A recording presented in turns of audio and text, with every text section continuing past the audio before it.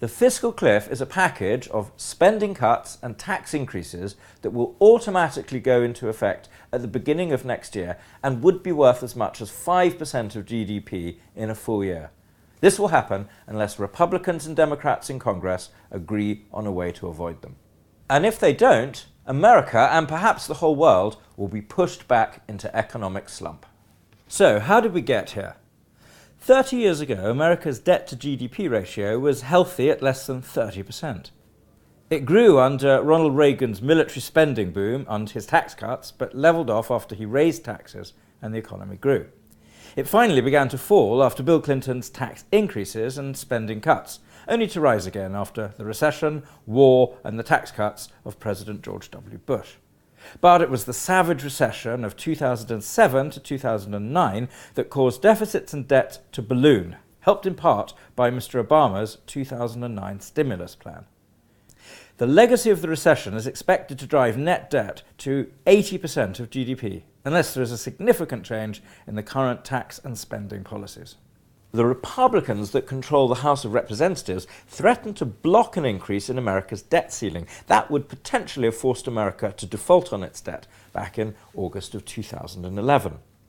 They finally relented after striking a deal with President Obama on immediate spending cuts and further automatic cuts called a sequester that would kick in if another round of spending cuts weren't made. George Bush's tax cuts also expire at the beginning of 2013. They've been extended in the past, but unless they're extended again, taxes will go up for all Americans. So if no agreement is reached, everybody loses. So what do the two sides want? Basically, President Obama and the Democrats want the rich to pay more in taxes, preferably by returning the top two tax rates to the levels that prevailed under Bill Clinton. The Republicans, who are led in this negotiation by the Speaker of the House of Representatives, John Boehner, are open to higher tax revenues being raised, but at the moment they have not accepted that tax rates should go up, only that loopholes should be closed, and only if Democrats also agree to cut entitlement spending. There are many elements to the fiscal cliff, and not all of them are equally likely to happen. The most certain to occur is the expiration of a temporary payroll tax cut. This will reduce workers' take-home pay, and so their spending power. Slightly less likely are an end to extended unemployment benefits, the sequester, and an increase in the tax rates on the richest.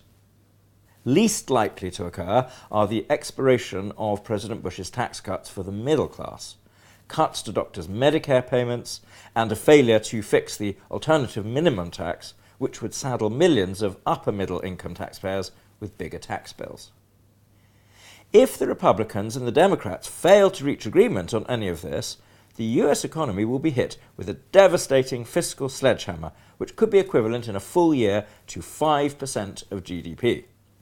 To stop this from happening, The Economist proposes the two sides should agree to higher taxes on the rich, imposed as much as possible by eliminating tax breaks rather than raising tax rates.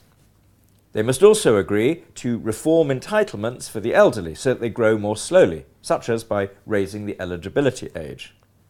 If America does go over the fiscal cliff, businesses will certainly respond by sharply curtailing business investment. That will return America to recession and perhaps deepen recession all across the world. If an agreement is made to avert or postpone the fiscal cliff, America in the short term will be better off. But the long-term problem will remain. America will be back where it started, with a sharply polarised political system, mounting debt, and a clear indication that it is unable to grapple with its problems.